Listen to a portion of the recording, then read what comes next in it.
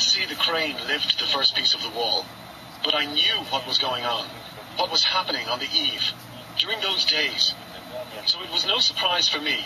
It was only a matter of time when, after the wall had been torn down, I was called up by Modrov, the last communist premier of East Germany. He said that the situation is such that the Germans got the swing of it, of this whole business that led to the downfall of the wall. That they required Germany to be united right away, without any intermediary stages. There had been a statement from Modrov, from the new East German government, which contained a number of clauses about intermediary stages and agreements, a currency agreement and so on, and there was the notorious 10 clauses from Helmut Kohl. All this the Germans were ready to give up. They understood that the time was such that they needed to be persistent. They were right in the middle of changes underway in the Soviet Union, in Central and Eastern Europe. There were velvet revolutions, or woolen ones. All sorts of things happened, while Germany was somehow not involved? No. I think significant processes had been underway in Germany. Did you feel the weight of history, that the change was imminent and could happen at any moment? I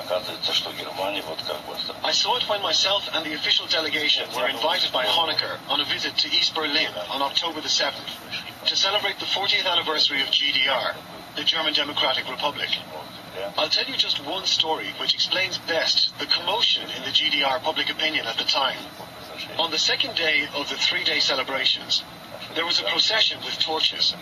All the 28 lands had sent in their teams, and these people, young and middle-aged, were so noisy and enthusiastic.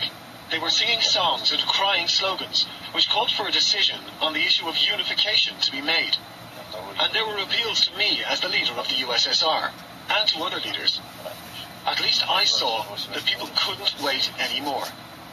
Well, we were thinking that the entire process would take a few months, as it should have done.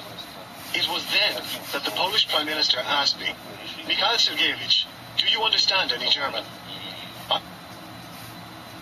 I said, "Yes, enough to understand what they are shouting and what their slogans say." He said, "But then it's the end."